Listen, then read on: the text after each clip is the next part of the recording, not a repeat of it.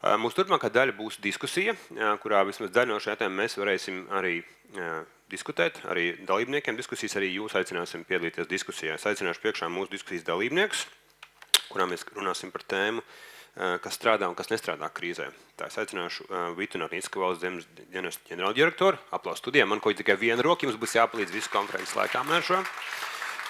Mārtiņš Paltmenis, valsts ugunsdzēsības un glābšanas dienesta priekšnieks. Aplausu studijā. Liena Cipula, neatliekamās medicīniskās palīdzības dienas direktora. Studijā. Andrejs Grišins, nodokļu muitas policijas priekšnieks. Un Vairs Tēvāns, kiberincidenta novēršanas institūcijas CERT vadītāja vietnieks.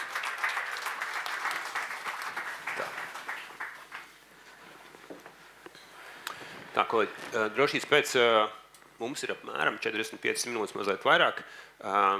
Mums ir sagatavoti jautājumi, ko arī dalībnieki zina. Šeit mums nebūs tā kā TV šavā uz pārsteigumu vai iedzīšanas stūrī. Tās mēs nestrādāsim. Šodien pietiekoši tēmas ir nopietnas. To sakot, ja jums gadījumā ir kāds jautājums, lūdzu paceliet roku, stāties priekšā un izmantosim šo iespēju diskusijai.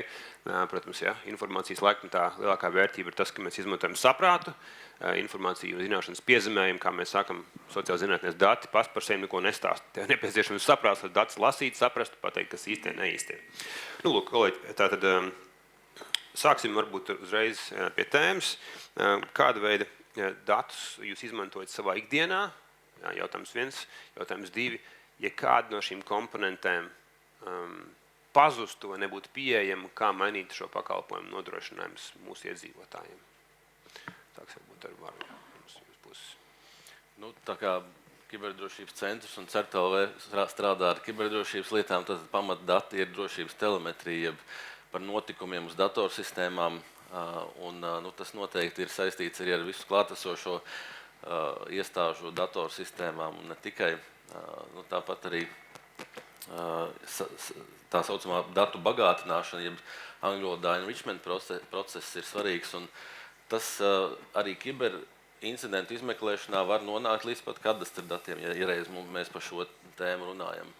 Tas nozīmē, ka arī kadastra dati ir apdraudēti vai tiek izmantot analītikos nolūkos, vai ne? Ne tikai, tas var būt arī, lai teiksim, saprastu kaut kādas nianses par kiberuzbrukumu, kur varētu atrast iespējams kaut kādas lokācijas vai citas pazīmes, kas varētu to izmeklēšanu veicināt. Bet arī tas, par ko mēs varbūt šeit nerunājam, ir tā tehniskā puse, ko sauc par API interfejsiem, jeb saskarnēm, kur sistēma runā ar sistēmu vai teiksim, integrācija notiek, ko Jānis jau minēja, tad visas integrācijas pārsvarā tiek realizētas caur šīm mašīnu saskarnēm. Un arī tā ir tāda otra puse, kur dati plūst varbūt pat daudz lielākos apjomos, un arī tur tā uzraudzība un kontrole ir ārkārtīgi svarīga.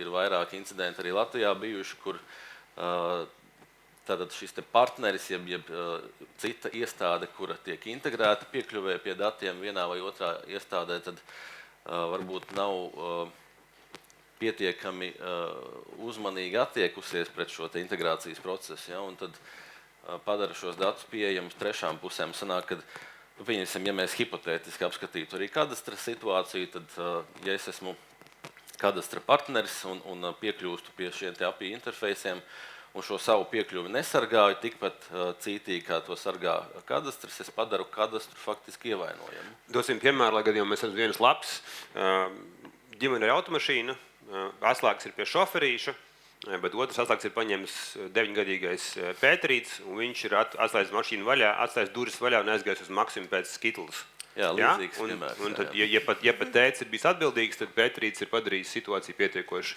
nopietnā visai būtiskā situācijā. Jā, un tad pabeidzot varbūt šo te pirmo komentāru arī par mākslīgā intelekta rīkiem, tie paši grābekļi turpina notikt, uz kuriem uzkāp. Ja, tad integrē šos te chatbotus, jeb mākslīgā intelekta rīkus savās sistēmās, nepadomājot par to, kādiem datiem viņiem ir piekļuve un kā tiek kontrolēta šo rīku izmantošanu. Piemēram, tas rada arī papildus riskus. Paldies, un kā mums Jānis piezīmē pirms minūtēm 4, šis ir tikai sākums. Es skatos uz Jāni, ja, kad mēs neesam sasnieguši grieztus šīm tehnoloģijām. Viņas šiverēs vēl ātrāk nekā viņas šiverē šobrīd. Mūsu dažiem liekas, ir ātrums normāls jau tagad ir, ja tu sāc tā krāslā tā kā bišķiņ kustēties. Tā kā 97, 98, tu negribi 130, ja, bet izstāst, ka tā lieta ies uz priekšu. Arī mēs arī pieskarsimies jautājumu par to, ka kopumā kiberapdraudējuma apjoms ir pieaudzis kopš kara sākuma. Tā ir man informācija, ko es esmu dzirdējis, ja, tad darbiņš attiecībā uz apdraudējumu kļūst lielāks un intensīvāks nekā viņš ir bijis. Tā kā mums nav pamats domāt, ka viņš, tā teikt, temps mazināsies. Pilnīgi noteikti tā volumetrija skaitļi ir diezgan šokējoši. Ja mēs kaut vai pēdējos 2 gadus salīdzinām, vairāk kā 60% ir pieaugums apdraudējumam. Bet kas ir labā ziņa, arī spējas mēs ļoti būtiski kāpinam. Tā kā muskuļi, ja, kas tiek slodzē stiprināti. Ne tikai muskuļi, bet arī smadzenes, ja tā var teikt. Un tas viss kopā pirmkārt rada varbūt arī maldīgu vai satraucošu priekšstatu, kad ir ļoti daudz un ir slikti, bet tas veido šo spēju pamanīt arī vairāk. Noturīt. Jā. Paldies, Varēja Krišņkungs. Tad mēs iesim ar pāriem kolēģiem priekšu. Jā, pārstāvam nodokļu muitas policiju, bet pirms tam es nostrādāju vairāk nekā 30 gadus valsts policijā un vadīju Latvijas kriminālu policiju. Un es runāšu visticamāk visu tiesību aizsardzības iestāžu vārdā. Ikdienā mēs izmeklētāji, operatīvie darbinieki, krimināli izlūkotāji strādājam ar datiem, pat neapzinoties to, cik citas iestādes iegulda milzīgu resursu, lai viņus uzturētu precīzus, korektus un ļoti aktuālus. Mūsu policistu darbs nav absolūti iedomājams bez datu apstrādes. Jebkurā krimināla procesā vai operatīvajā lietā mūsu darbiniekiem ir jāpieņem izsvērts, korekts, tiesisks lēmums, kā ierobežot cilvēka tiesības vai veikt procesālās darbības. Turklāt, ja mēs runājam tieši par Valsts zemes dienas datubāzēm, ļoti būtiski ir tad, kad mēs veicam izmeklēšanas par sarežģītajiem noziegumiem saistībā ar organizēto noziedzību, profesionālu noziedzību, ekonomiskie noziegumi, nodokļu nenomaksas lietas. Mēs veicam mantiskā stāvokļa izvērtējumu gan pašam potenciālam aizdomās turamajam, gan arī ar viņu saistītajiem cilvēkiem. Un šeit mums noderīgi ir absolūti visi dati.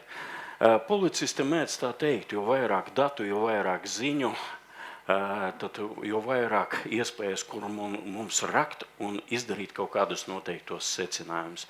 Jo mūsu darbs jau ir saistīts ar izpēti, ikdienas izpēti. Runājot par policijaskām operācijām un plānojot sarežģītās procesālās darbības vai aizturēšanas, vitāli nepieciešams mums plānot saulaicīgi paredzēt policijaskās operācijas attīstību, dažādus scenārijus, un šeit mums noteikti palīdz aktuāli geotelpiskie dati. Un, ja mūsu rīcībā nonāk informācija par izdarīto noziedzīgo nodarījumu, kas vēl turpinās, vai proaktīvā informācija par plānoto noziedzīgo nodarījumu, kaut kāda noteiktā apvidū, zemes dienesta dati mums ļoti palīdz izvērtēt un paredzēt, kur iespējams nākamā reize varētu būt plānots noziedzīgs nodarījums, un mēs arī pakārtojam tam savu ikdienas darbu. Un viss iespējams tāds sarežģītāks un vairāk ar tādu militāro piesitienu saistītie datu apstrāde, tas ir jebkurai speciālam uzdevuma vienībai. Ja iestājās krīzes situācijā, pieņemsim kā ķilnieku sagrābšana, tad šeit ir milzīga vērtība gan laikam, gan arī datiem, un mums ir nepieciešams saprast, plānojot intervenciju, lai pasargātu un neciestu nevainīgi cilvēki un aizturētu arī potenciālās aizdomās turamās personas. Mums ir nepieciešama informācija, kas vien varētu būt pieejama par to īpašumu, par būvēm, inženieru tīkli, plānojums, stāvu plānojums un kādreiz arī speciālas intervences vienības arī šādus plānus par kritiskām objektiem arī uzturēja savā vienībā. Bet tādēļ, ka mūsu kolēģi strādā ļoti dinamiski, attīsta situāciju, mēs sapratām, ka tas vairāk jau nestrādā. Nav moderni papīra veidā glabāt kaut kādus plānus ēkām, būvēm, kur varbūt varētu būt kāda tāda pusmilitārā krīze, kur būtu nepieciešams veikt intervenciju. Un pašlaik mēs izmantojam patiešām tās iespējas, kuras ir pieejamas elektroniskajā veidā. Kas ir augstvērtīgs. Jā, tieši tā. Cipuls kundze, mēs runājam arī pirms diskusijā, pirms paneļa, ja, tad operacionālā situācijā, ja, mašīna ir ceļā uz adresātu, un adresāts ir neprecīzs. Ja, 2-3 minūtes var nozīmēt, tā teikt, daudz, neteikt vairāk. Kā jūs izmantojat šos datus un kā ir ikdiena? Jā, es laikam sākušu ar to, lai visiem pateiktu, kas ir pirmais jautājums, ko dispečers uzdod zvanītājiem izsaucējam. Un daudziem šķiet, ka tas ir viss kaut kas, bet īstenībā tā ir adrese. Jo arī tad, ja attīstās situācija un cilvēkam paliek sliktāk un viņš kaut ko vairs nevar paskaidrot, svarīgākais, kas mums ir vajadzīgs, ir adrese. Mūsdienās, protams, ir pieejamas bieži vien GPS koordināts, paldies, ar 112 izcila sadarbību, tomēr tām bez kartēm, bez atlašanās vietas un piekļūšanas iespējām faktiski nav nekādas nozīmes, tie cipari neko mums nedod. Un ir arī situācijas, protams, ka pilsētu vidē šīs GPS koordinātas mums strādā pat pretēji. Mēs varam iebraukt ne tajā ielā un atrasties tikai dažus metrus attālumā no izsaucēja un tomēr nebūt viņam blakus. Līdz ar to neatliekamās palīdzības dienestā katrs rīts sākas ar to, ka mūsu sistēma salāgo svaigākos datus ar valsts zemes dienestu, lai mūsu rīcībā būtu precīzākās adreses. Un jā, šis ir izaicinājums pēdējos gados, jo mēs esam pamanījuši, ka adreses mainās pagastī, pilsētu teritorijas plānojumi, mainās ielu nosaukumi, un mūsu sistēma pašlaik uztur arī vēsturiskos datus, lai mēs vienmēr varam reaģēt, jo nevaram būt pārliecināti, ka izsaucējs zina jaunāko adresi, vai tieši otrādi mēs norentēsimies. Un, protams, ka tad, kad izsaukums ir saņemts, tiklīdz mums ir adrese, mēs iegūstam sektoru. Sektorā mēs varam izvērtēt, kur ir mūsu tuvākās brigādes, kas visātrāk var nonākt notikuma vietā, kam ir ļoti liela nozīme. Pareizi izvēlēta brigāde, īsākais ceļš nozīmē tiešām ātrāku nokļūšanu situācijā, kur izšķir visu minūtes. Un, protams, arī tālāk mūsu brigādēs savukārt navigācijas sistēmas, kas norāda, kā vislabāk piekļūt notikuma vietai. Un ir atsevišķas situācijas, kad mums ir arī problemātisks šis jautājums, jo ir dažādi servitūti, ceļu ierobežojumi un diezgan bieži saņemam arī dažādas iedzīvotāju iesniegums, lai mēs sniedzam vērtējumu par to, kādu viņi ir izvēlējušies šo te dalījumu ceļa piekļūstamībai, vai tas neapdraudēs nokļūšanu mediķiem kritiskās situācijās. Pēdējos gados ļoti daudz strādājam ar kritisko infrastruktūru, ar slimnīcām, kur arī savukārt ir svarīgi gan slimnīcu izvietojums piebraucamie ceļi, droši evakuācijas ceļi, visas izejas no slimnīcas brīdī, kad mums ir nepieciešams nodrošināt, neplānotu ātru slimnīcas evakuāciju un, protams, arī plānot slimnīcas darbības nepārtrauktību. Tāpēc pēdējie gadi, kad mēs tiešām palielinām savu gatavību dažādiem izaicinājumiem, nozīmē, ka mūsu rīcībā ir dažādas slimnīcu iesniegtas kartes, piebraucamie ceļi, dažādi varianti, kā mēs varētu strādāt, ja, piemēram, ir kaut kādas problēmas.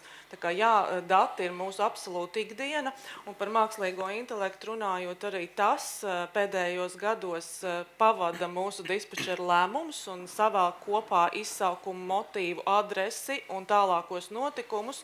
Un tāds ļoti spilgts piemērs ir nedrošās adreses, kurās mūsu mediķiem nonākot visbiežāk pieaicināti tiek policija, piemēram, vai ir fiksēts uzbrukums mediķiem, lai brīdī, kad mēs saņemam izsaukumu šādu adresi, mēs jau varam papildus brīdināt, ka ir jāuzvedas īpaši uzmanīgi, lai mēs tātad neapdraudētu mūsu pašu cilvēkus. Tā kā ārkārtīgi svarīgi un dažādi jautājumi saistīti ar datiem, kadastriem un arī mākslīgo intelektu. Jā. Aģenta Pulciņš, kas palīdz. Baltmiņkungs, mēs dzirdējām par šo integrāciju 112 platformā, kā dati palīdz jums ikdienā? Es pat teiktu, mēs varētu sadalīt divos posmos datu izmantošanu mūsu dienestā.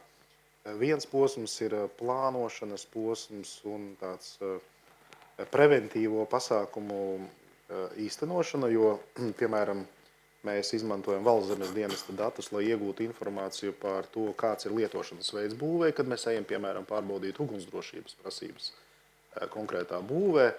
Un tad, ja mēs redzam, ka tur varbūt tiek izmantota būve neatbilstošai lietošanai, jo arī mums īstenībā no būves lietošanas veida atšķirās ugunsdrošības prasības. Līdz ar to ir bijuši daudzi gadījumi, kur mēs saskatām pazīmes. Ir bijusi kaut kāda patvaļīga, piemēram, būvniecība. Attiecīgi, tad mēs sadarbojamies ar pašvaldību būvvaldēm. Un tas ir tas plānošanas posms, kad inspektors principā iepazīstas ar datiem, tātad, kas ir pieejami oficiāli tātad reģistrēti kadastra sistēmās, lai sagatavotos pārbaudēji konkrētai. Viņš jau paskatās, kādas ir prasības attiecīgajās būvēs un tā tālāk. Pēdējā laikā jau vairākus gadus vēl viens plānošanas mums posms, ko mēs ļoti daudz sadarbojamies ar kadastru, ir patvertņa tīklojuma plānošana, jo skaidrs, ka tikko parādījās vispār uzdevums, ka mums nepieciešams sāk domāt par patvertņu jautājumu, kur tad dabūt tos datus. Un kadastram bija visi dati par visām būvēm, kurām ir, turpat bija atzīmēts, kurai būvē ir pazemes stāva daļa. Tas, vai tas ir cokolstāvs vai pagrabs, tad pēc tam jau apsekošanas gaitā mēs varam vērtēt, bet principā tu iegūsti precīzus datus, kas, protams, arī pēc tam izrādījās apsekojot objektus. Viņš tur varbūt ir nodedzis jau, vai viņš ir neapsaimniekots, bet, principā, tu atkal redzi, kas ir īpašnieks, tu vari sazināties ar viņu, meklēt. Zini, kur sākt? Jā, tev ir sākums pilnīgi precīzs, nevis vienkārši, es kaut kur dzirdēju, zinu, ka tur kaut kur pagrabs ir, un tad tu tur tausties, teiksim tā, kaut kur pa tumsu, kā saka. Un tas ir tas viens posms, kur dati mums ir nozīmīgi. Un otrs jau ļoti līdzīgs, kā ieskicēja šeit Lienē par rēģēšanu, kur ir šī ģeotelpisko datu izmantošana, arī resursu vadīšana. Un tas jautājums, un ko varētu, teiksim, ko jūs prasījāt, kas būtu, ja nebūtu datu, noteikti uz abiem posmiem mēs varētu divas lietas minēt. Pirmā lieta ir ātrums. Gan vienā gadījumā, kas ir plānošanas, tātad cik ātri tu savāc informāciju par konkrēto teritoriju objektu, un tad, attiecīgi, kad pieņem lēmumu, kādu pasākumu tev vajadzētu īstenot vai nevajadzētu. Un tas pats arī attiecas uz rēģēšanu, kad tev ir ģeotelpiskie dati, kad tev ir skaidrs virziens, uz kurieni jādodas, tad arī tu vari ātrāk ierasties. Absolūti. Un tā tālāk. Un otrs, laikam, arī precizitāte ir jāmin. Tas abos gadījumos arī ir attiecināmi, ja tev nav to datu, atkal tev ir ilgāk jāmeklē, lai tu nonāktu, ko mēs īstenosim kaut kurā konkrētā teritorijā vai, attiecīgi. Kas krīzes situācijā nozīmē, var izšķirt dzīvību. Abos divos gadījumos, gan šajā plānošanas, preventīvajā gatavības posmā, gan rēģēšanas posmā, es gribētu teikt, ja nav datu vai dati ir limitēti, tad ir ātrums un šī precizitāte. Tam klāt arī, ko Sārtkungs teica, ka mūsdienās iedzīvotāju pacietības mērs ir tuvu nulē visu laiku, visi ir mazliet iekaisuši, kā saruna sākās, visi jau grib visu tā kā uzreiz, Iedzīgā kārtā, tad šis, protams, jautājums ir kļūst kritisks. Ja šis bija komplimenta rinda, es domāju, ka to mēs varētu nosaukt tādā veidā, cik tiešām vērtīgi un praktiski ir zemdienas dati.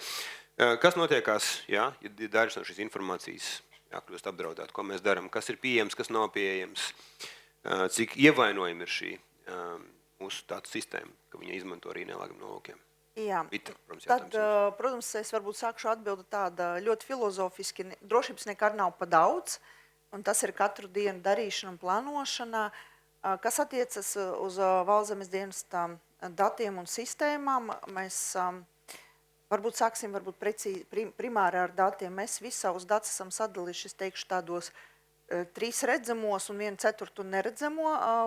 Tādā kastīte, tā neredzamā daļā ir valsts noslēpuma dati, kur nekad nebūs vismaz pārskatāmā laika digitalizēti. Viņi stāv drošās vietās, un viņi tādi ir un ir. Un tad ir visi pārējie dati, kur mēs iedalām tā kā 3 pozīcijas. Atvērtie dati, tas ir pieejami atvērto datu portālā, piemēram, visi adrešu dati ir pilnībā atvērti ar visām geolokācijas, ar visām koordinātēm, ar visu vēsturi. Protams, kāds man var pajautāt, Un taču kādam dronam vai kādam sliktam cilvēkam būs vieglāk atrast, kur atrodas viena vai otrā ēka, uz ko es varu pateikt, diemžēl vai ne diemžēl, vai kā tas ir būtu, daudz dati ir redzami no kosmosa, no satelītiem, un tā kvalitāte un spēja viņus automatizēt, apstrādāt ar dažādiem algoritmiem ir pietiekami laba. Līdz ar to nebūtu pamata mums pašiem liekt izmantot viņu pilnvērtīgi. Es pareizi saprotu, ja pat mēs savus noslēptu, viņu vienkārši izmantot citus, un tas ir gan īsti pats.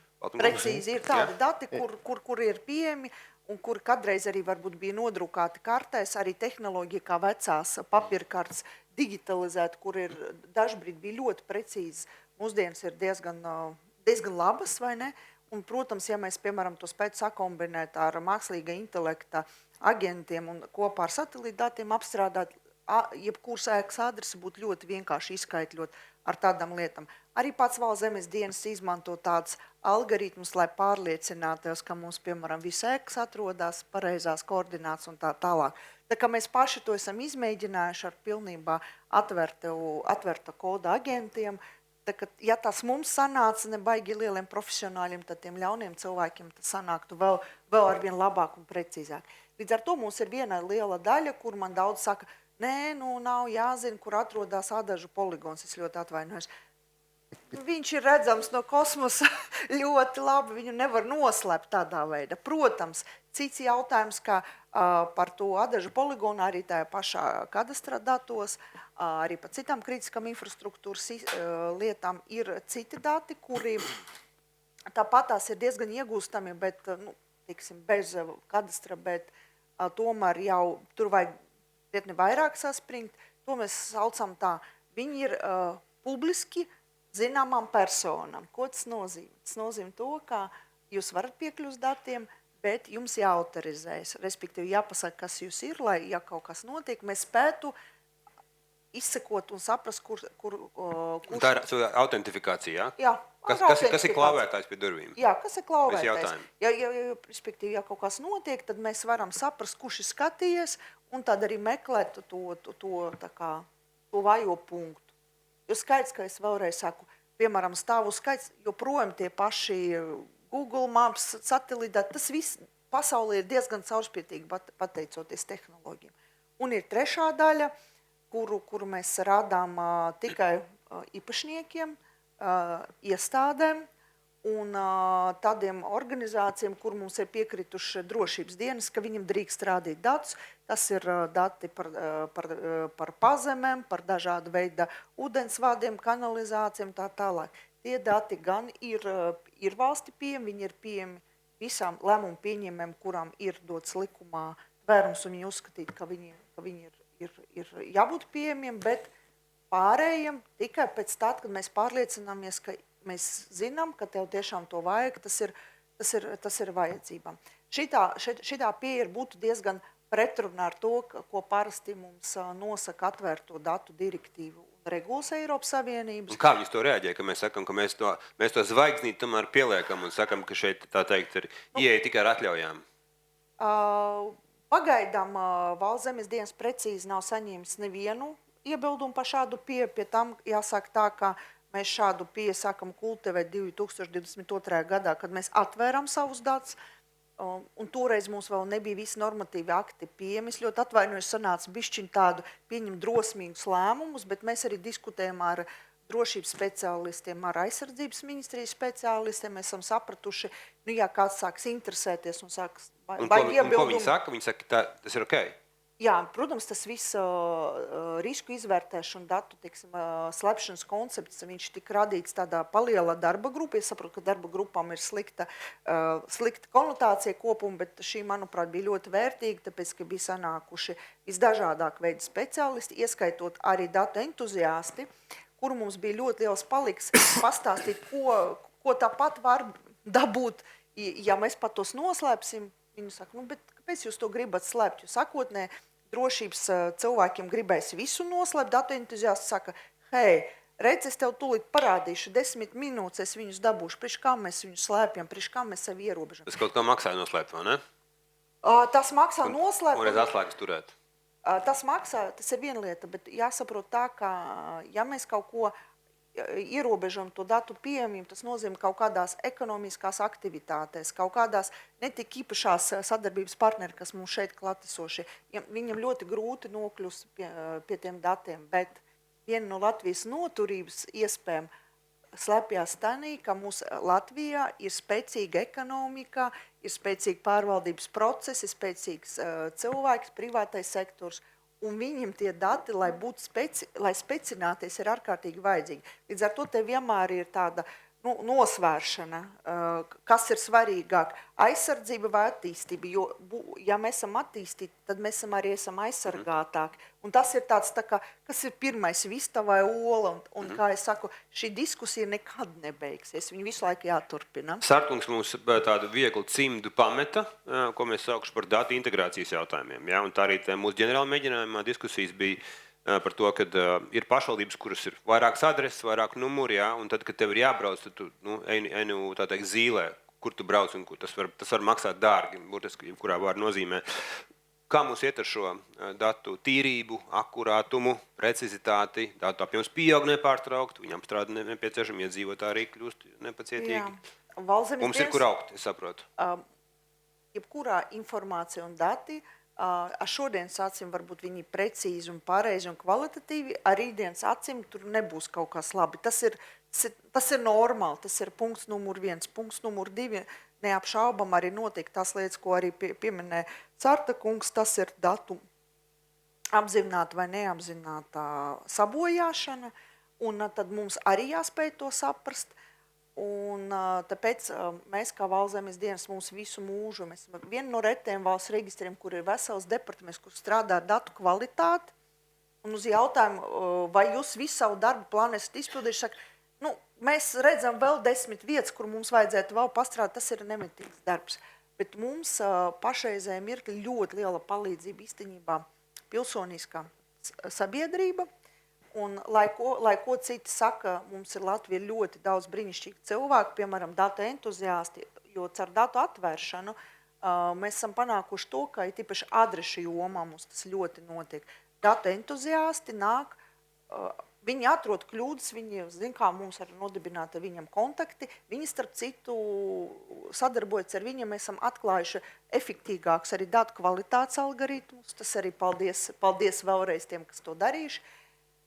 Un skaidrs, ka viņi, starp citu, arī par tām dubultām adresēm ļoti daudz runā, un paldies arī viņu kustība, jo viņi mums palīdzēja. Tas ir brīvprātīgi, ja?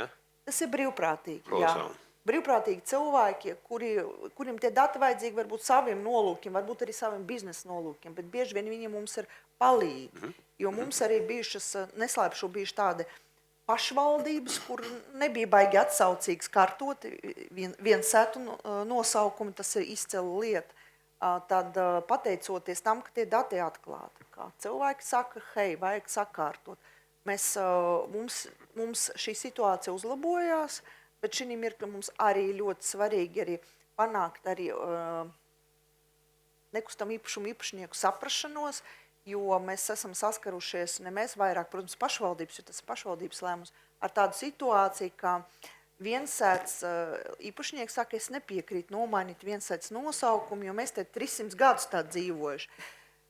Un tāpēc es saku ļoti lielu paldies, kā arī operatīvie dienesti pasaka, ka jā, cilvēks var, protams, paturēt šo savu tiesību, bet tā ziņa viņam arī jārēķinās, ka varbūt ātrā palīdzība būs citā laika, jo vienkārši viņa nesaprata, kur liepiņam viņiem šajā pagastā braukt. Ja, tad mums ir tāds atkārtojušās mājvietas. Bet jā, paliek ar katru gadu labāk. Jā, divi komentāri mēs pārēsimies pie varu par atvērtiem un slēgtiem datiem. Tad attiecībā uz šo jautājumu par, kas mums nepieciešams sekmēt sadarbībās ar pašvaldībām un kadastru. Vai mums ir konkrēti uzdevumi, ko mēs varam pateikt un pierakstīt sev, lūk, ir lietas, kas minēti 2-3 gadu laikā? Jā, es no savas puses domāju, ka mums vajag vairāk runāt gan ar pašvaldību, gan arī ar būvu īpašniekiem. Hei, es saprotu 300 gadu vēsturi, bet tā ir tava drošība, lai tava adrese būtu unikālā. Tāpēc es arī noteikti aicinātu, varbūt, ja pie izdevības arī neatliekuma palīdzības dienas kolēģis un ugunsdzēsējs runāt, pateikt, ko tas viņam nozīmē. tā ne... Ja viņi spītējās, jā, bet ja tu Spītējas, saka, ja tieši tu tā. saka zemes dienas ir viena lieta, ja tu saka operatīva dienas, bišķiņ cits līmenis, ka viņi, nu, Jā. šis nav par kuram patīk zaļu vai zilo krāsu, un par to, ka tev nevar sasniegt vai tev nevar atrast. Bet tur arī nav runa par viensētām īstenībā. Iet runa arī par pilsētām, pa ielām un pa numuriem pat vienādiem. Arī tādi mums ir gadījumi. Un pat nevis 2, bet arī 3, 4 vienādi vienā pilsētā lielākā tādā ziņā. Bet es noteikti vēl ko gribētu uzsvērt, nu, par to datu tīrību. Tas ir arī kaut kādā ziņā cilvēciskais faktors, jo cilvēks ar savu darbību īstenībā var arī sabojāt datus tādā ziņā, piemēram, viņš var izdomāt, ka man šo ceļu tagad nevajag, un es viņu vienkārši pārakšu un aizrakšu, un tev liekas, ka tur pēc datiem ir ceļš, bet īstenībā tur ceļa nav, vai atkal viņš var kaut ko uzbūvēt, un tad ir tas jautājums, cik ātri tā informācija nonāk līdz tam, kurš tos datus var pamainīt, izmainīt vai attiecīgi atgriezt atpakaļ. Nu, tur dažādas tās situācijas, tas varbūt nav tik liela problēma, bet tas noteikti ir viens aspekts, kas ir jāņem vērā, ko cilvēks gluži vienkārši ikdienā dara. Un noteikti arī turpinās darīt. Un pirmais pieturas punkts šeit ir pašvaldība, jā? Nevis jūs, jā? Jums nav jābūt par nu, tā izmeklēšanas dienestu, jā? Es domāju, ka tas ir pašvaldības uzdevums jums dot ziņu, ka kāds ir, tā teikt, iecerties un nekustēsies un nedos ne adresi, ne precīzes koordinācijas. Es domāju, ka mums, jā, protams, adrese jau ir, viņi vienkārši ir nepareiza, un mums ir ļoti svarīgi, ka arī pašvaldības deputāti, jo tas ir pašvaldības deputāti, lai mums tā kā pievērš arī šim it kā mazam aspektam, pašsaprotamam, diezgan lielu nozīmību un pieņem saulaicīgi ātri tos lēmumus, ja ir konstatēta tāda situācija, kas ejam un labojam, jo bieži vien tas ir lielākoties, tas ir vairāk birokrātiskais darbs, papīra sarakstīšana. Protams, ir gadījumi, kad arī cilvēki nepiekrīt. Mēs zinām, tur Valmieras novada, man liekas, tagad baigā kustība, saglabājam vēsturisks viensēt nosaukums. Tas jau nekas, ka mums neviens nevar atrast, bet mums ir vēsture. Tas ir kopdarbā, jā. Tevāna kungs, iesim ar to, ko mēs sākām. Divi lielie virzieni. Eiropas virziens, kas ir atvērts, jā, kas ir droši vien mainījis perspektīvu. Mēs turpinam šo kopēju atvērto politiku. Jā, ja mēs sakam, mēs stiprināsim mūsu varēšanu atvērtību nosargāt, ja vienkārši varam daļu ciet. Ja? Vai šī jēgpilna saruna par datu atvērtību, viņu slēgšanu, pieejamību un sasniedzamību, vai tas ir kaut kas, kas jūs dara padarīt vienkāršāk, ja? Kad visā Rīgā visiem durvis vaļā stāv, un skaidrs, ka policija dzīve grūtāk paliekās. Ja tā ar joku atbildēt vienkāršāk, protams, padarīt visu aizslēgt, tad... Jā. Nav tik daudz jāsatraucās, bet es piekrītu tiešām Sārta kunga minētajiem, kur jāmaina ir arī domāšana par datiem. Nu, droši vien, ka mēs daudz vērtīgāk varētu tomēr veicināt to tautsaimniecību un vispār mūsu ekonomikas un sabiedrības attīstību, tomēr saglabājot šo atvērto principu, bet ir ārkārtīgi svarīgi veidot šos stimulus un vienotu valsts politiku, ka mēs paši saprotam, kādi mums ir dati. Mēs esam diezgan daudzos rādītājos priekšzīmīgi, tā skaitā atvērto datu sadaļā, ja? Bet vai mēs tiešām zinām, kāpēc mēs to darām, kas tam piekļūst, kā var šīs datu kopas savstarpēji savienot, korelēt un veidot varbūt jaunas datu kopas no šiem te atsevišķiem gabaliem un veidot šo apziņu, kad arī mūsu pretinieki un ienaidnieki var piekļūt tām pašām datu kopām un ko viņi no tām var iegūt. Es pārliecinos, tas, ko jūs sakat, kad kopumā mēs saglabājam atvērtu pieeju datu masīviem, kur apjoms tikai vienīgi pieaugs, numur 1, numur 2. To sakot, mēs izvērtējam mazliet rūpīgāk, ka daļa no šīs atvērtības būs ierobežota. Es pareizi saprotu, numur 1, 2, un to, kas ir atvērts, mēs sargājam rūpīgāk tiem, kuriem nevajadzētu tik klāt. Mums arī pašiem ir jāiekāp nedaudz tajā ļaunprātīgā cilvēka prātā, ja tā var izteikties. Ir jādomā, ko ar mūsu atvērtību var izmantot citi, kuriem nav šie labvēlīgie nolūki.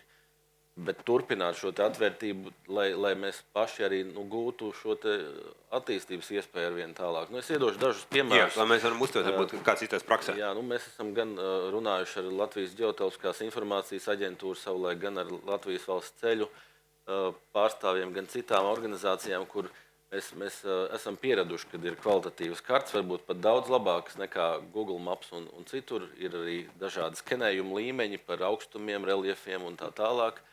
ir Latvijas valsts ceļu kameru tīkls, kurš vismaz kādu laiku bija publiski pieejams un visiem apskatāms.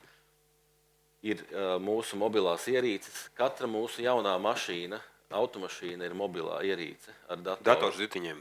Viņā katrā ir 4G modems, kurš sazinās ar torņiem, sakaru torņiem. Un, principā, ja mēs to tā apskatām, tā nav nekāda zinātniskā fantastika vai Holivudas grāvēja scenārijas. Tā ir realitāte, ka mēs dzīvojam faktiski totālas uzraudzības režīmā. Viena režīma vai valstis kā Ķīna un Krievija to izmanto, teiksim, savās interesēs un šo cilvēku iedzīvotāju loku grib tiešām stingrā dūrē turēt un tādā virzienā šo izmanto, teiksim, demokrātiskā pasaule varbūt to tā nedara, bet ir vairāk orientēts uz šo biznesa labumu iegūšanu, bet ir jāpatur prātā, ka ir arī šie citu interešu spēlētāji. Lūk, un tad par dažiem piemēriem, kur lieliski var izmantot šos mākslīgā intelekta rīkus, to pašu Latvijas valsts ceļu kameru tīklu. Ja man ir publiski pieejami šie video, es visticamāk kā cilvēks nespēšu izsekot jums, kur jūs ikdienā braucat un kā pārvietojaties. Bet boti un aģenti... Protams, visu laiku varētu novērtēt šo jūsu mašīnas numurzīmi, atpazīt to automātiski, iespējams vēl korelēt ar kādiem atvērtiem datiem no mobilo sakaru operatoriem, kuri tādu šobrīd nav, bet es spekulēju, ja būtu, un likt to visu kopā. Vārdam mums ir Irānas scenārijas ar drošības. Tieši tā.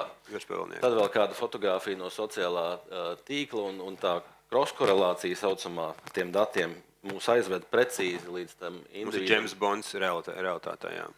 Tā sanāk. Valtīnkungs komentāri bija no jūsu puses. Es gribēju tikai papildināt, kas jau iepriekš runātiem par to atvērtību un slēgto.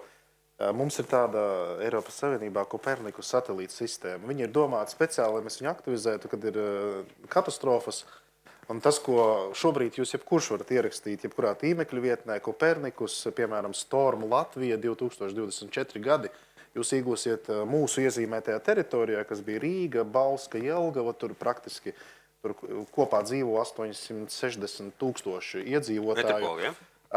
Vispār tajā reģionā, kur mums bija tātad šī vētra, viņi ir publiski pieejami. Un no satelīta viņi ir paņemti vienkārši, un visiem tie satelīti tagad ir apkārt visām valstīm gandrīz.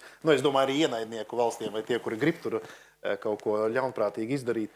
Bet tur, piemēram, atverot arī šo tur viens ir karte, bet otrs ir arī dati Excel failos, īstenībā datnēs, cik tur ir kapi, cik tur ir platība kapiem, cik ir apbūvēta teritorija, cik ir ceļi, cik ir āramzeme, cik ir pļaujamā zeme. Šajā visā teritorijā mums viņa ir vairāk vajadzīga, lai mēs reaģētu īstenībā, saprastu, kur ūdens izplatās, kur varētu būt problēmas, kur ir elektrolīnijas, kur cilvēki dzīvo un tā tālāk. Tur visi pilnīgi katras pozīcija ir, un tālāk aiziet, cik no viņiem ir skarti īstenībā, jau satelīti spēja, kā saka, analizēt šo visu. Tā kā, tie dati, ja mēs liekam kaut ko noslēpsim tagad, un viņi nekur nebūs pieejami, principā, jebkurš viņus var paņemt, kā jau šeit minēja. Tā kā mums ir tas epizodes, kur ir pensionārs, kuram ir kredītkarte, un otrā pusē ir pielīmēts pinkods.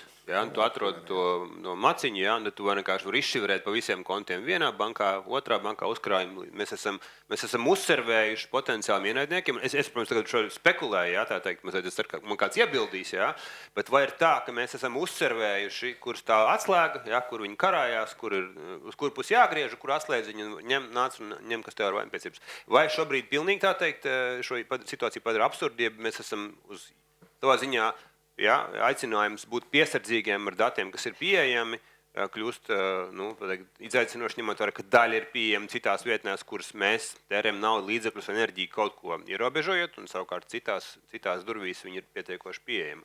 Krišņkungs. Jā, runājot par datu aizsardzību, viņu pieejamību un slēpšanu, tiesību aizsardzības iestādes arī vienlaikus ir operatīvas darbības subjekti. Atbilstoši operatīvas darbības likumu mēs veicam gadiem ilgi slepenu operācijas. Un mēs runājam par drošību, un šie cilvēki rūpējas par sabiedrības drošību, un mums jārūpējas par viņu drošību. Un, ja jūs redzēsiet arī geotelpiskajās visās kartēs šodien, tā visa infrastruktūra, ko policijas izmanto slepenu operācijas, viņa ir nofiksēta, viņu aizsargā valsts noslēmuma objekts, viņi atrodas papīru veidā, bet viņu vietā tiek padoti vistipiskākie, visizplatītākie dati apstrādēji un lai neradītu aizdomas. Jo, redziet, ja mēs nepadosim kaut kādus noteiktos datus par noteiktiem objektiem, par telpām, par būvēm, interesanti, kur tos meklēs, viņi sapratīs, ka tur ir kaut kas slēpjams.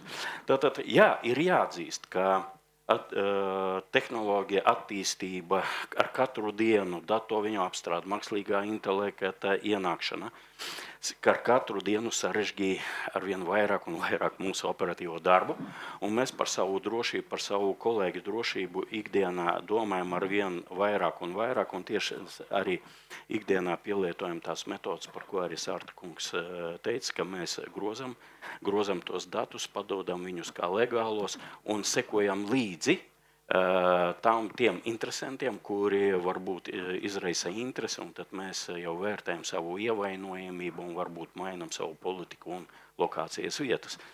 Es pieļauju, ka nav jāslēp datus, vienkārši ir jāpadot viņus tādā logiskajā veidā, lai paši sevi pasargātu un maldinātu interesantus naidnieku valstīm. Tā, mēs būtu vienkārši Sārta vienkārši panelī iekšā, atsaucamies nepārtraukt uz viņu citātiem. Šī tēma par to, ka mēs savā ziņā jaucam pēdas, jaucam kārtis, vai tas ir dienas kārtībā, ja mēs to atstājam vienkārši Sārta kunga ziņā, un viņš tā teikt ar to runājis, bet mēs to nereflektēsim nekādā veidā. Protams, tā būtu viens no veidiem, ja, ka savā ziņā viss ir atvērts, ej, nu meklē, kur kaut kas stāv. Ja. Tagad jau nedrīkst stāstīt tā publiski kā jauc. Jā, plašāk, diemžēl, mēs nedrīkstam. Bet ikdienā tā ir, es domāju, visā pasaulē piemērojama praksa. Tevan kungs komentārs par to. Manuprāt, cilvēku un sabiedrības apziņa par datiem. Nu, kas ir tie mūsu dati, kā viņi kaut kur nonāk un neveidot arī ilūzijas, ka kāds mūsu datus sargā absolūti. Jā. Nu, ir tāda ļoti bieža parādība, kur cilvēkiem zvana krāpnieki vai kādi varbūt reklāmas mēģina piedāvāt kaut kādus, un viņiem ir izbrīdis, no kurienes jūs dabūjāt mūsu telefonu. Nu, no 10 vietām var dabūt jūsu telefonu. No dažādām, ne tikai telefonu. Lojalitāšu. Uzspied vienkārši 8 ciparus, un tu kaut ko sazvanīsi. Tas ir viens, bet arī datu noplūdes notiek nemitīgi. No dažādiem pakalpojumu sniedzējiem, kas uztur klientu lojalitātes programmas. No dažreiz valsts iestāžu informācijas sistēmām arī, diemžēl, no dažādiem komersantiem un tā tālāk, un paši lietotāji, jeb cilvēki ikdienā vienkārši labprātīgi atdod savus datus, un tad vienkārši ir jāveido. Dinozo atstāja visu informāciju par sev un bērniem un personas kodu un asins grupu, jā? Piemēram, jā. Es daudzos, protams. Jāveido šī izpratne arī par to, ko tad ar viņiem var izdarīt, tāpēc es nedaudz pieskāros tai ļaunprātīgai domāšanai, ja tā var teikt, jāiekāp arī tajā pusē. Un atkal par dažiem piemēriem ir, laikam pat ir likumīgi tā, kad dzimumu noziedznieku kaut kādas atrašanās vietas ir atrodamas noteiktās kartēs, kas ir visticamāk labi, bet, piemēram, ja es būtu noskaņots kaut kādā veidā izrēķināties ar šādiem... Linča tiesu. Jā, tad principā mēs esam arī eksperimentu veikuši, korelējot šos datus dažādās datu avotos, precīzi var atrast, kur tas indivīds atrodas.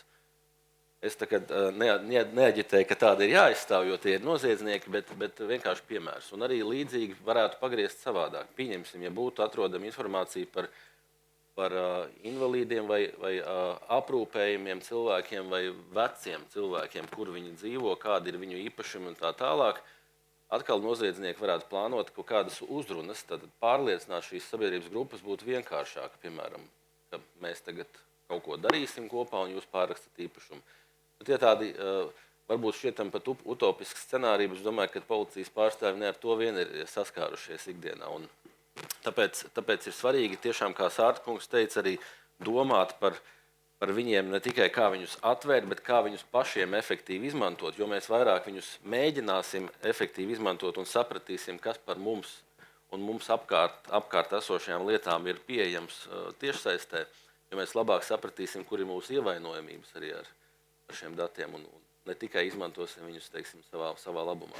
Tā, ko, 2 lietas mums ir 10 minūtītes līdz noslēgumam, mēs lēnām garā apaļosimies. Man bija jautājums no šīs puses, kas ir izskanējis mūsu konferences tā, kad ir reģionāls griezums. Jā, mēs nedzīvojam šeit vien paši, jā, mums ir kaimiņi, daži solidāri, daži daudz nesolidārāki. Jā? Vai šīs pierobežas tēmas un dati par pierobežu teritorijām, abūs objektiem, robežu, vai tā ir tēma, kas mums ir dienas kārtībā, tas, ka sasniedzamība krīzes situācijā, tās var būt apdraudētas vai jau tiek apdraudētas. Mēs esam to dzirdējuši anekdotiskā formātā.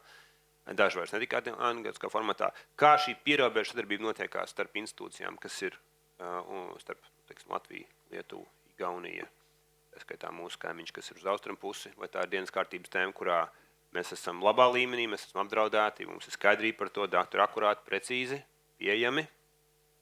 Tā, šī tēma, par ko jārunā tā pieklājīgi un piesardzīgi. Ne tā kā pārējās, jā? Nu, protams, ir jāsaprot, ka, kā es vēlreiz teicu, ļoti daudz datu ir radīti caur satelītiem. Arī Valstzemes dienesta reģistros ir dati, kur kvalitāte ir pārbaudīta ar satelītu uzņēmumiem. Ja mēs skatāmies kā tādā kadastru iestāde, kā adrešu reģistra iestāde, mums nav bijis vajadzība nekāda sadarboties ar austrumkaimiņiem, jo mums ir robeža, kur visa mūsu sadarbība arī beidzās tīri administratīvi. Kas attiecās uz Lietuvas un Igaunijas kolēģiem, mēs vairāk vai mazāk sadarbojamies, apmainoties ar idejām, ar pieejām, apmainoties ar tām, kā mēs sargājam datus, kā mēs apstrādājam datus, kā mēs attīstām datus. Bet es gribētu pateikt, ka šādā veidā priekš mums nav tikai Lietuva un Igaunija, mums ir ļoti būtiski vispār viss Ziemeļa Eiropas reģions, jo mēs arī pasaulēs tādā kartē esam šādos jautājumus ir ļoti attīstīti, ar ļoti tādiem vēsturiskām saknēm, un mēs bieži vien satiekam un pārunājam tāds nākotnes attīstības riskus, kā iespējas. Jebkurš risks rada īstenībā ārkārtīgi lielas iespējas, un mēs strādājam tādā veidā. Bet, jā, man kolēģi pieteica par to Igaunijas adresēm, un šodien mums arī Igaunijas kolēģi klāt šeit. Mēs vakar viņam bišķi parunājam, es domāju, ka mēs pamēģināsim paskatīties, varbūt mēs varam palīdzēt arī savienot vismaz daļu adrešu reģistra datus arī Igaunijas pierobežu. Mums bija tā iekšē kaut kāds tā teikt kustība, ko mēs nezinām. Jā, kustībā, jā. Cipelskungs, šeit bija daudz intrigas, ir viss tā kā kaut ko nokavējuši kaut kādā seriālā. Kas tur bija pa Igauniju? Tu dzirdēji, klausies? Mums ir līgums ar Igauniju un arī ar Lietuvu par savstarpēji izsaukumu izpildu un reaģēšanu uz ārkārtas situācijām, ja gadījumā mūsu resursi, mūsu mediķi ir tuvāk notikumu vietai. Protams, ka var izveidoties situācija arī, ka tīkla pārklājums vienkārši pie mums atsūta izsaukumu. Varbūt arī cilvēks ir mūsu pierobežu teritorijā, bet tomēr piezvan, pareizāk sakot, ir Igauņu teritorijā, bet piezvan mums, un mums ir jārēģē uz šiem Viņam ir Igauņu internets. Un tur mums nedaudz, protams, tā pārobežu sadarbība ik pa laikam noderētu, ka mēs vairāk varētu ieraudzīt un mums būtu pieejami arī šie dati par vismaz pierobežu teritorijā. Bet tā izstrādājat? Es domāju, ka mēs strādāsim, jo šī ir laba lieta, jo vienmēr viss saka, mums vajag kaimiņu valstīm sadarboties, es tam piekrītu. Bet man nepatīk sadarbošanas pēc, jo lietai jābūt pēc būtības, kur atrisina kaut kādu īstu patiesu lietu. Un Cipelskungs sazemēja, viņi sazemēja. Sazemē, es domāju, ka šis ir pirmais... Plus konferencē, kolēģi. Jā, šis ir pirmais tāds mājas darbs. Mums ir tas pats arī, tas pats sadarbības līgums, un arī šobrīd mēs redzam to punktiņu tikai Igaunijas pusē, bet mums tur nav to datu.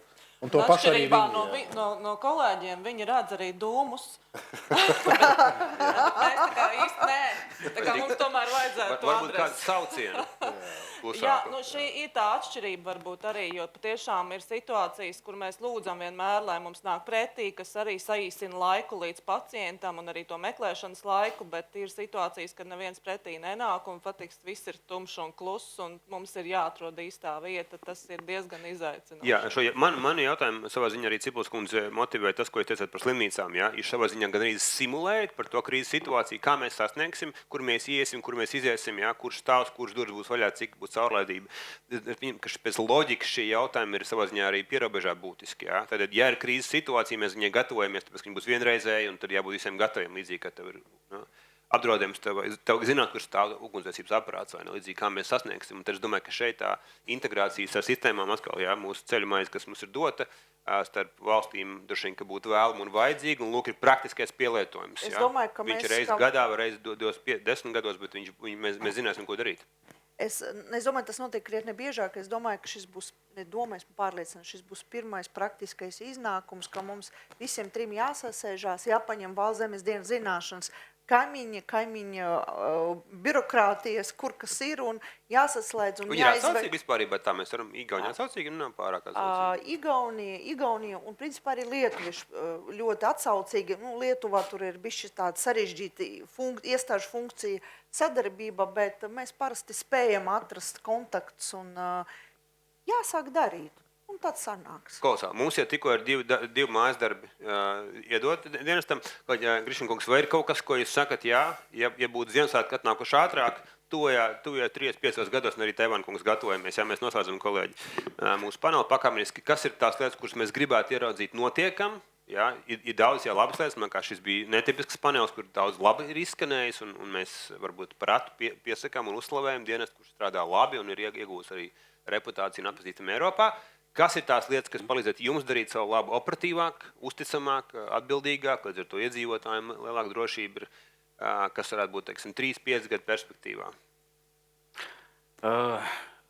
Datu precizitāte un viņa ļoti ātra atjaunojamība. Un, protams, mums ir jāinvestē milzīgi līdzekļi, lai integrētu tos datus, piesaistītu un veiktu automatizētu datu apstrādi. Pašlaik, protams, tas notiek, bet vienmēr varētu būt ideālāk. Bet es nedošu mājas darbu arī Valstszemes dienestam runājot par pārrobežu sadarbību. Policijām arī ir starpvalstu līgumi, un lietuvieši Igauni iegūst tādus pašus datus kolēģiem Igaunijā Lietuvā, un mēs iegūstam. Un neredzam problēmas absolūtai sadarbībai. Tā ir mūsu, protams, nākotne. Datu apstrāde un policiskais darbs vienmēr ir balstījies uz datiem. Bez datiem mēs esam kā bez rokām. Okay, tas ir, šī var būt citāts. Ja presējas, šis būs citāts relīzē. Kolēģi, un tad noslēgsim ar Tevānu kungu. Kas ir tās lietas vēl bez izskanējušiem diviem? Ir vēl kas, kas jums ir sarakstā 1, 2, 3, kam būtu jānotiekās? Cerams, ka mums dzirdīgs ausis, kas atbalstīs zemes dienestu ar šo vīziju. Mums jau notiek, tā kā mums šogad būs nodota arī eksploatācijai vienotā ugunsdrošības civilās aizsardzības platforma, kur būs saskarne arī speciāli ar kadastru. Un tālāk attīstoties, mēs vēl tur liksim arī patvērtņu slāni, atkal tur būs tā 2.0, 3.0 versijas. Jā, tur jau ir paredzēts. Bet vēl, es domāju, vēl viena lieta, par ko varētu domāt tagad būvniecības informācijas sistēmā un vispār būvniecībā ir prasība īstenībā jaunos projektus arī izstrādāt BIM modeli. Tas ir 3D modelis vispār kā tāds ēkām. Ja vēl to izdotos kaut kā saskarnes tur veidot, tas jautājums, protams, ir droši vien sarežģīts. Kādi tie dati salīdzināmi, lai viņi varētu pāriet no vienas puses uz otru. Jo tas, piemēram, tādiem policija, kā ieminējās par viņiem visādām operācijām, bet arī mēs nākotnē skatāmies uz manis pieminēto sistēmu, kad tie, kas ierodas jau notikuma vietā, viņiem ir vizuāli, bet viņi pirms tam var paskatīties, kas tur iekšā aptuveni, kā tur izskatās, kur tur kāda zāle un tā tālāk. Un atkal tu jau pātrini to savu, gatavību. To rēģēšanas tu paredzi uz priekšu, kas tur varētu būt un kas man būtu jādara īsti. Okay. Mēs Cipuls kungs. Es gribētu atsaukties uz Sārta kunga vārdu prognozēšanu, jo īstenībā, ja man šodien tā paprasīt, man liekas, tas man tā kā ir, un tā lielākā lieta, kas, man liekas, visiem mums jādara, ir jāspēj prognozēt, kas mums varētu būt tā nākotne, ko mēs vispār varam izdarīt, jo es tādu piemēru pateikšu, savu laiku sāku strādāt dienestā, un bija viena liela problēma, mums kritiskajā infrastruktūrā nebija uztaisīta barjera to tādu. Jābūt bija barjerām, jo bija toreiz tas laiks, kad bija Ziemassvētku tur tirdziņos tie terorakti. Un kamēr es cīnījos par naudu šai barjerai, atlidoja drons. Un es vienkārši, viņi ir tā barjera. Un tas ir tas, man liekas, kā mums ir jāspēj kaut kādā mērā atvērt savu prāti, jo tas, ko mēs jau tagad varam noformulēt, tā ir vakardiena, tad tas ir tas, kas bija jāizdara kaut kad jau iespējams, jo to mēs šodien esam ieraudzījuši, bet šī iespēju saskatīšana, manuprāt, un tas ir ārkārtīgi svarīgi, savilkt kopā tās nākotnes vajadzības. Tā kā varbūt tas tā man sanāca diezgan brutāls salīdzinājums, bet es ceru, ka sapratāt. Jā, paldies. Jā, paldies. Tevan kungs, jūs pirms tam minējāt, jā, vienlaicīgi gan iedzīvotāju līmenī ir kaut kāda uzdevuma, ka mēs sekojam līdzi, kā mēs ko dodam, kur mēs ko atstājam, un pēc tam jums to savākt ir sarežģīti, protams. Bet institūcijām, mēs šeit, protams, ir institucionāls konteksts, mēs runājam par valsts iestādēm, publiskām iestādēm, pašvaldības iestādēm, operatīviem dienestiem. Kas ir tas, kas palīdzētu mums, teiksim, šo viegli, tādu šauro līniju nostaigāt, jā, starp atvērtību, kam ir ieguvumi, kas ir priekšrocības, kas padara mūs savā ziņā eiropeiskus un atšķir no mūsu kaimiņiem. Un vienlaicīgi to, ka jā, šos datus var izmantot un, diemžēl, ļoti aktīvas, tas ar jūs minēto, jā, tad apdraud šīs sistēmas, viņu noturību, viņu veiktspēju vairāk nekā tas notikās 4-5 gadus atpakaļ. Veidot, kā jau es vairākas reizes minēju, šo apziņu par datu vērtību, to arī vairāk citi runātāji jau pieminēja, un veicināt arī sabiedrībā to izpratni. Tāpat arī varbūt atkāpjoties no tās manas tēmas vispār par nacionālo drošību, ka katrs iedzīvotājs, visi, kas mēs esam šeit, zinām, kā valsts mūs uzrunātu krīzes laikā. 112 lietotne varbūt arī ir tā īsta atbilde, bet man nav pārliecības, ka tas šobrīd tā strādā. Arī par šo domāt, un tad apdraudējums kāpināsies un paliks tikai vairāk.